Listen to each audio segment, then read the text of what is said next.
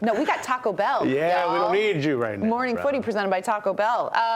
Let's chat today's big match, shall we? The U.S. men's national team taking on Trinidad and Tobago in the CONCACAF Nations League quarterfinals, 9 p.m. tonight on TNT. Jaleel, let's chat about this U.S. men's national team. We've been waiting for this. Who are you looking forward to watching? Who are you hoping gets a good opportunity in these couple matches? Well, I expect us to be dominant in the midfield, and that flows through Weston McKennie and Yunus Musah. I expect those two to really boss things, whether it's dictating the play going side to side and then picking their moments, bang, to go forward. That's what we typically see from them.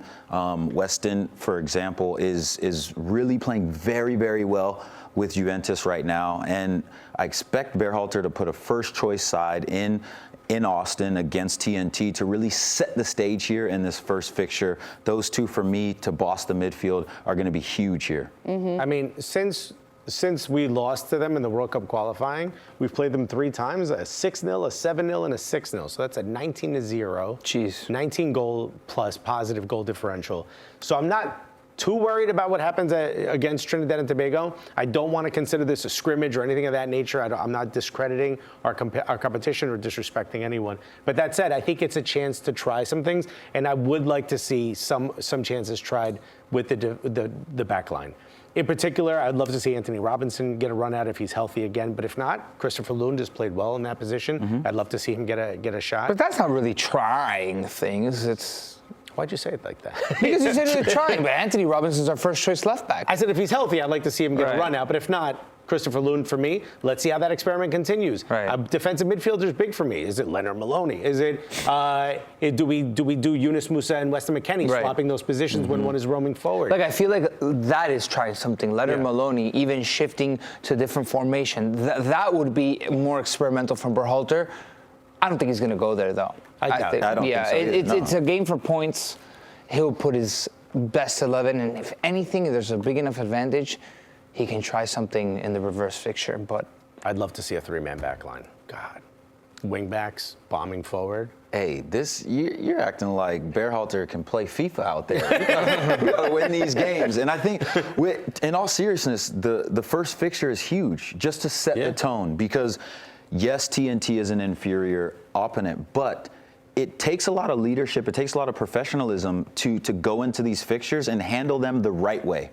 Yeah. Oftentimes, these matches are much more difficult than people understand. So you have to get up for it. You have to make sure that the mood is right, the professionalism is there. That's why I expect the leaders in the group, the Weston McKennies, the Yunus Musahs, the Miles Robinsons, Gio Reynas of the world, Folarin Balogun, to do what they do early on in the match to make it a situation where this game resembles that of the previous fixture against Ghana.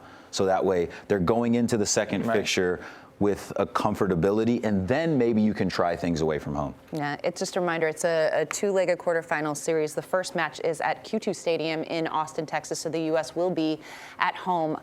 I feel like this is a huge match for Matt Turner, who has lost the starting position at Nottingham Forest. And as a goalkeeper, Nico, I know you can speak on this. The confidence factor is huge in that position. And I feel like Matt Turner, I'm not worried about him, but I want him to have some good performances here. I don't think he's going to see a difficult shot today. I don't think he's going to see too much action in these two games. I think it reinforces the fact if he starts in these 2 games, it reinforces the fact that Berhalter thinks he's the number 1 despite his situation at Nottingham Forest. We saw that at times with Zach Steffen at Manchester City. When he was the number 1, Berhalter kept on using him despite him not playing. And there have been situations with goalkeepers that has happened over several national teams, that a manager has a number 1. And Matt Turner is the number 1 despite anything. I think something catastrophic would have to happen with Matt Turner on the national team for him not to be considered the number 1 at this moment. Plus, nobody else is playing, so except for like Gaga Slonina.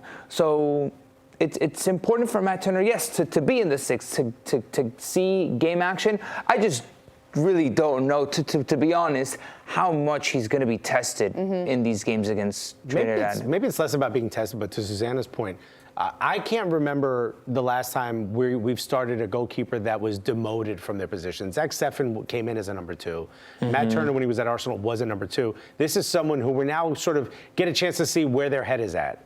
You've just been demoted. You're trying to win back a position. This is a little bit different. And granted, this competition is not going to let you really see as much as to your point. You're not going to see. You're not going to get tested. But I do want to see where his confidence level's at. How comfortable he looks in there. Does he look like he's trying too hard? Maybe to show too much to maybe win that position back, or at least get a little bit of a glimpse of that starting position. But he's not. Nothing he's going to do today is going to help him win his position back for Nottingham Forest. Yeah, and I don't really think him losing his starting spot right now really affects anything with the national team. Maybe we'll see how it plays what about out. Him as a goalkeeper? Come summer, Copa America, if he's still not playing, then that's a different story. But right now, he lost his spot, 2 weeks ago? And when you know Turner, he's a glass half full type guy. He earned his spot and his keep in New England as the 3rd string keeper. So he's used to being in situations where people count him out. And you know, he'll be completely fine with the national team. He'll be confident there.